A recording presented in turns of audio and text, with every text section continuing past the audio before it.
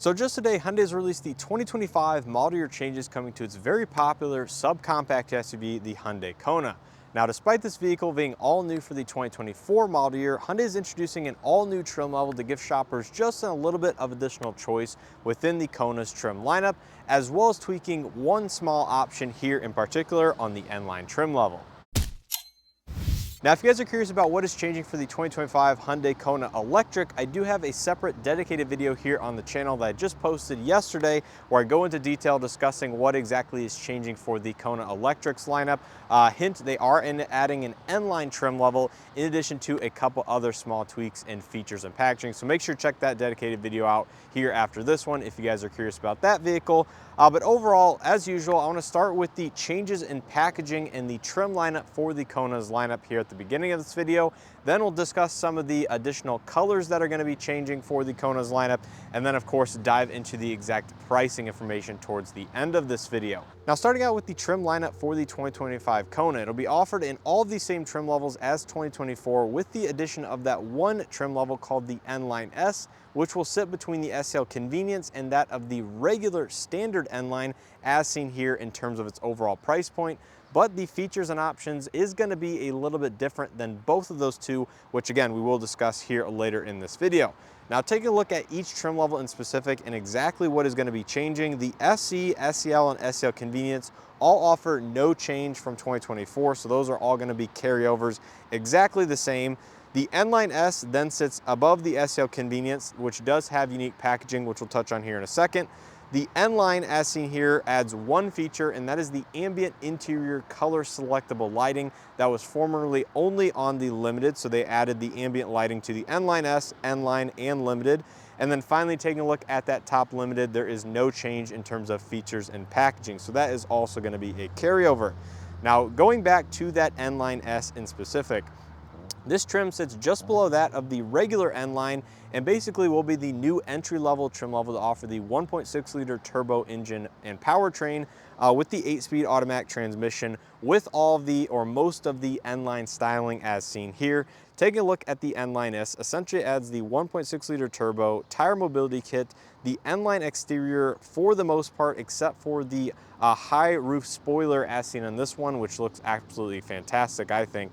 So you get most of the same bumper cladding, the side skirts. I think even the 19-inch alloy wheels will be the same as well, but you will not get the two-tone paint, nor will you get the high roof spoiler out back.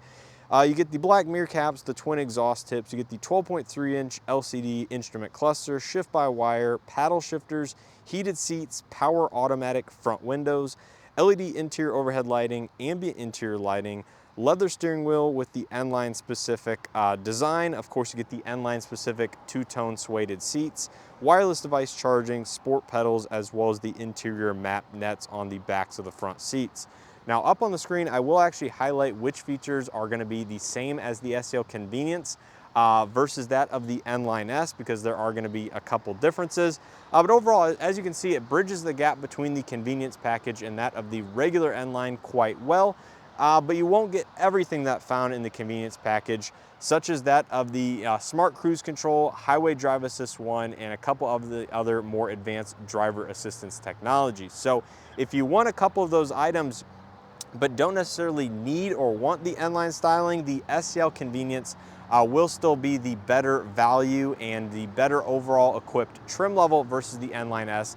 But of course, that one adds the 1.6-liter turbo and the 8-speed automatic with more power, which personally I would option if I were to buy a new Kona. Now, you might be wondering at this point, what does the standard N-Line give you over that of the N-Line S? Well, you get a couple of those unique body exterior elements, such as the rear spoiler. You get the availability and optional two-tone paint if you wish to choose it. You also are going to be getting the Bose premium audio system, the sunroof, as well as those driver assistance technologies found in the Convenience package, such as the Smart Cruise Control, Highway Drive Assist 1, the junction turning and direct oncoming avoidance assist, as well as the built-in navigation here on the 12.3-inch head unit. But outside of that, that is pretty much it in terms of what you will be gaining opting for the standard N-Line over that of that new N-Line S trim. So that is going to do it as far as that goes. In terms of the paint color changes across the trim lineup, there's actually some interesting changes that Hyundai made for 2025. The Atlas White as seen here is no longer an extra charge paint. unless you choose the two-tone roof option, which this one does have here beside me. But there's going to be 4 colors that are now going to be extra cost paint options were formerly free last year. And those are going to be Cyber Gray, Ultimate Red, Sultronic Orange, as well as Neoteric Yellow. So all of those will be $470 additional charge paint colors, which were formerly no charge paint colors, which is interesting to see. And in terms of the N-Line S and N-Line specific colors, well, if you want the two-tone black roof with the lower body paint, you will have to get the standard N-Line, as the N-Line S only comes in the monotone versions of those colors. So you get black, white, red, as well as Ecotronic Gray can be had on either N-Line S or N-Line, but only the two-tone comes on the slightly more expensive and more equipped standard N-Line, again, as seen here beside me. So lastly, take a look at pricing, which you guys are probably most curious about here in this video. Hyundai made it very easy this year, and across the board, it went up $250 from that of an equivalent 2024 model. So an SE front-wheel drive now starts at $25,745, and SEL comes in at $27,095.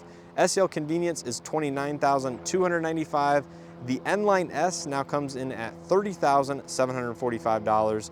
The N-Line is $32,295, and finally the top limited is $33,295, once again including destination and front wheel drive. If you guys are interested in an all-wheel drive one, add $1,500 to any of those prices, and they're all going to be available in all-wheel drive, again, for that additional charge. But that's pretty much going to do it here for all the information I have for the upcoming 2025 Hyundai Kona. Now, I actually really do like that N-Line S trim level within the lineup, as it sits almost exactly halfway in between the pricing between the SEL Convenience and that of the standard N-Line.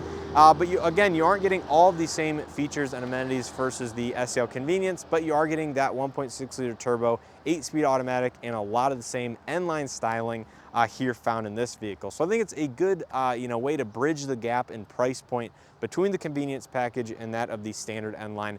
But do be aware and be on the lookout as 2025s hit dealership lots that there is going to be a difference, not only in terms of appearance, but obviously also features and options between the two vehicles. Now, I say if you don't need that driver assistance technology, you don't want smart cruise control, you don't need built-in navigation, you don't need the Bose premium audio system, stuff like that, but really do want the engine and powertrain configurations as well as the styling, then I think that N-Line S is a no-brainer in my opinion. But if you do want the driver assistance technologies, stuff like that, but don't want the 1.6 liter turbo, for example, then I think the convenience package still remains a very strong value in the Kona's lineup, and personally is one of my favorite trim levels if you're okay with the standard design language of the regular Kona. But anyways, you guys have to let me know your thoughts and comments down in the comment section below. Do you like the new N-Line S trim level? Do you like some of the other small changes they made to the exterior paint colors and now being charged for a lot of the fun, good colors within the Kona's lineup? Not exactly sure why Hyundai chose to do that, but it is a little bit unfortunate that now if you want any of those 4 colors, it will be an additional nearly $500 over that of an equivalent 2024, not including the $250 price increase. But anyways, hopefully you guys enjoyed. As always, if you did, make sure to hit that like button below. It helps out these videos and the channel. Subscribe if you haven't already, and make sure to check out some of my additional content here on the 2024 Hyundai Konas, as those are all pretty much going to be relevant for the 2025 model year, and hopefully will help you do your due diligence and research if you're interested in purchasing either model year of the vehicle. So with all that information in mind, as always, I appreciate the continued support and hope to see you guys in the next one.